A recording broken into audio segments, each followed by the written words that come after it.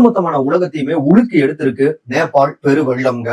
அங்க பாக்குற அந்த காட்சிகள் சமூக வலைதளங்களை வரக்கூடிய வீடியோக்கள்லாம் பதற வைக்குது, அதிர வச்சுக்கிட்டு இருக்குங்க. எவ்வளவு பிரம்மாண்டமான பயங்கரமான ஃப்ளட்டு. கிட்டத்தட்ட நூற்றுக்கணக்கில் மக்கள் உயிர் இழந்திருக்காங்க. ஆயிரக்கணக்கான மக்கள் மிஸ் ஆகி இருக்காங்க.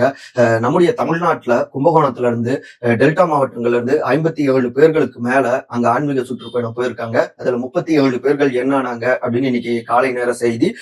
அவங்கள தேடுகின்ற பணிகள் நம்முடைய சிஎம்ஓ ஆக்ஷன்ல இறங்கி இருக்காரு அப்படிங்கிறாங்க. நம்முடைய நாடும் போர்க்கால நடவடிக்கைகளை தொடங்கியிருக்காங்க, சப்போர்ட் பண்றாங்க நேபாளுக்கு. எல்லா பக்கங்கள்ல இருந்தும் தீவிரமாக தேடுதல் பணிகள் தீவிரப்படுத்தப்பட்டிருக்கு. அதே நேரத்துல இந்த பெரு வெள்ளம் எதனால ஏற்பட்டது? அதாவது திபெத் பக்கத்துல ரசுவாகடி அப்படிங்கிற அந்த பகுதியில, ரசுவா பகுதியில காலையில ஒரு 8:37 மணி அளவுல ஒரு நிலநடுக்கம் ஏற்பட்டதாக அமெரிக்க ஆய்வு மையம் ஒன்று ஒரு செய்தியை பதிவிட்டு இருக்காங்க.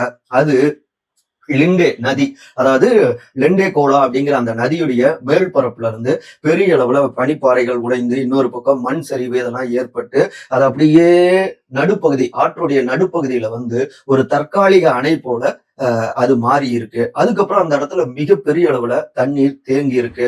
அதனுடைய அழுத்தம் கொள்ளளவு தாங்க முடியாம பிற்பாடு பார்த்தோம்னா சடனா அது உடைஞ்சிருக்கு. அதன் தொடர்ச்சியாக போடே கோஷி, திரிசூலி போன்ற நதிகள் வழியாகவும் பெரு வெள்ளமாக அது மாறி இருக்கு. பனிப்பாறைகள் உடைந்து, பனிப்பாறை ஏரிகள் உடைந்து, அப்புறம் பெரிய அளவுல தண்ணீர் தேக்கங்கள் உடைந்து, அது எல்லாமே சேர்ந்து இந்த நதி பயணத்தோட மிக பயங்கரமான பெரு வெள்ளமாக மாறி நேபாள் அந்த நாட்டுக்குள்ளார புகுந்திருக்கு. அதுதான் அந்த வழித்தடங்கள் முழுக்க கண்ணிமைக்கிற நேரத்துல இவ்வளவு பேர் அழிவுக்கு காரணமாகவும் மாறி இருக்குங்க. இதுல பார்த்தோம்னா செயற்கைக்கோள் படங்களும் காலையில, அதாவது ஒரு கிட்டத்தட்ட ஒரு 20 கிலோமீட்டர் அளவுல அந்த ரசுவா பகுதிகளில் பெரிய பனிப்பாறைகள் உடைந்தது, மண் சரிவு ஏற்பட்டதுக்கான அந்த தடயங்கள்லாம் செயற்கைக்கோள் படங்கள்லயும் பதிவாகியிருக்கு அப்படின்னு சொல்றாங்க. உலகம் வெப்பமயமாதல், பூமி வெப்பமயமாதல், இதனாலையும் குளோபல் வார்மிங், இதனாலையும் இப்படியான பெருவெள்ளம் ஏற்பட்டிருக்கலாம் அப்படின்னு சுற்றுச்சூழல் ஆர்வலர்கள் தெரிவிக்கிறாங்க.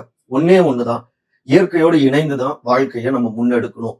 இயற்கையை அதிக அளவுல நம்ம சுரண்டிக்கிட்டே இருந்தோம்னா, வணிக நோக்கத்துக்கு பயன்படுத்திக்கிட்டே இருந்தோம்னா, அது இன்னொரு பக்கம் இப்படியாக தன்னுடைய துயரங்களை வெளிப்படுத்தும். ஆனா ஒரு வேதனையான உண்மை என்னன்னா, இப்படியான இயற்கை பேரு அழிவுகள்ல அதிக அளவுல உயிர் இழக்கிறதும் பாதிக்கப்படுவதும் எளிய மக்கள் தான். எளிய மக்களை முதன்மையாக பாதுகாக்க வேண்டிய கடமை ஒட்டுமொத்தமான இந்திய குடிமக்களுக்கும் இருக்கு. ஒருங்கிணைந்து செயல்படுவோம்.